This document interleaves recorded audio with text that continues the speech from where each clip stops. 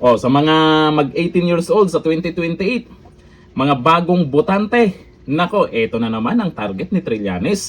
Iba-iba na yung mga paraan na iniisip nila.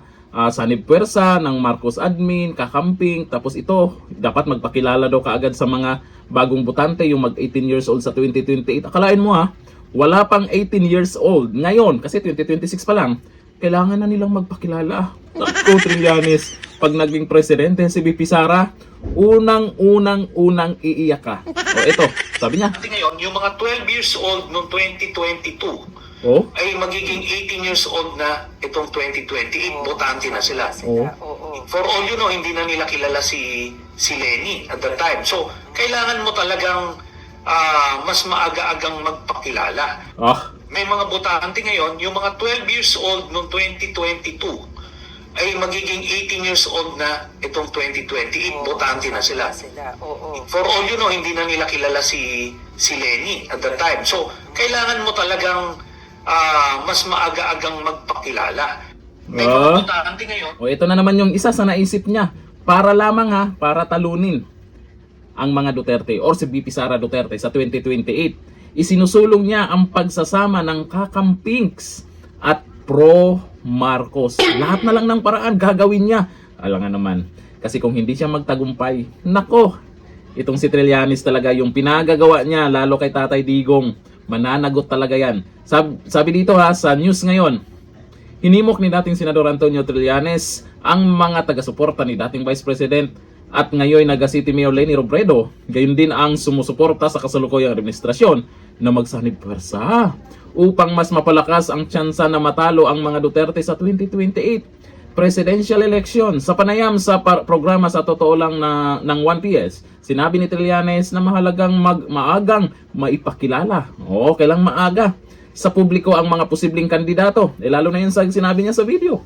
Wala pang 18 years old. Sa 2028 pa mag-18 years old, magpakilala na daw kayo. Lalo't aktibo na umanong umiikot sa ngayon si Vice President Sara Duterte bilang bahagi ng paghahanda sa susunod na halalan. Paghahanda sa susunod na halalan? Dati pa namang nag-iikot yan si Vice President Sara Duterte. Pagkatapos pa nga ng eleksyon, nag-iikot na yan para magpasalamat sa mga sumuporta sa kanya. Baka nakalimutan mo, Trillanes. Si VP Sara, alam niya, Vice President siya sa lahat ng Pilipino saang sulok man sa mundo. Hindi yung sa isang lugar lang. Kaya kailangan niyang puntahan kahit saan man yan. Mga OFW sa Luzon, Visayas, Mindanao, pinupuntahan niya yan. Kung gusto mo, gayahin mo. Malay mo, manalo ka sa ano bang susunod na election? Barangay election.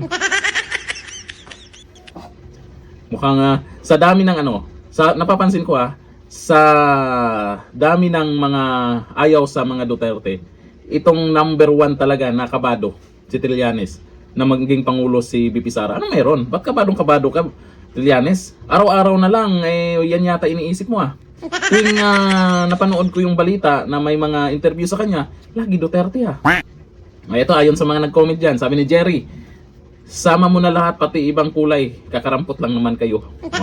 Sa tingin ko mukhang ganun Kahit magsanib puwersa, hindi pa rin nila kakayanin basta hindi lang dayain sabi ni Ronnie Ferrer, kung sino-sino kinukumbinsi, kahit kalaban niya dati, iilan lang maniniwala sa iyo, sir. Sa halip, baka mabawasan pa mga supporter ng kakampings sa pakikialam mo. Pansin nyo, may ibang mga kakampings na suportado si VP Sara. Unang-una, isa sa pinakamaingay na kakamping noon, isa na dyan, si Atty. Rowena Guanzon. Alam nyo kasi, itong si Trillanes, ay sabi nila kaya galito sa mga Duterte dahil noon daw ay hindi pinayagan ito.